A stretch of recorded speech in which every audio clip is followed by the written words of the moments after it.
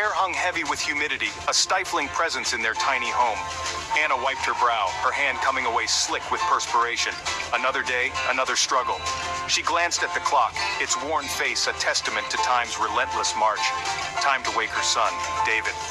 David stretched beneath the thin blanket, his youthful energy a stark contrast to Anna's weary frame. He grumbled about getting up, about wanting to sleep in. Anna smiled, a familiar ache in her chest. She understood his complaints, but reality had a way of intruding on even the sweetest dreams. "Up you get, sleepyhead," she said, her voice soft but firm. "Breakfast is almost ready." David shuffled out of bed, his eyes drawn to a pair of shoes in the corner. "Mom," he whined, "I need new shoes. These ones are falling apart." Anna sighed. It was a familiar refrain, one she dreaded but couldn't escape. Life had been hard on Anna since her husband's passing. Each day was a delicate balancing act, a constant struggle to make ends meet. She worked tirelessly, her hands calloused, her spirit unbroken. But the weight of their poverty pressed down on her, a suffocating burden. David's complaints about shoes stung, not because he was being ungrateful, but because she understood his longing.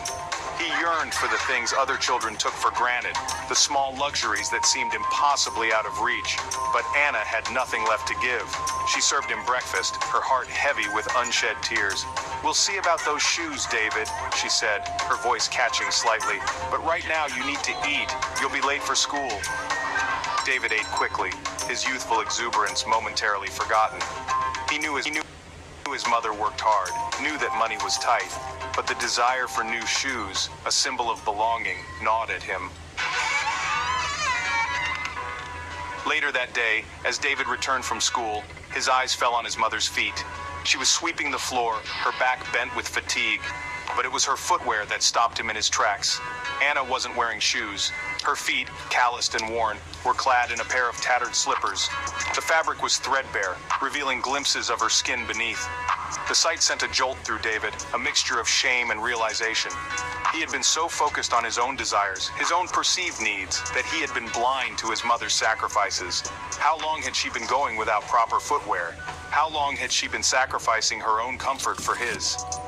David stood there, his youthful arrogance melting away like snow in the summer sun. He was ashamed of his complaints, his childish demands.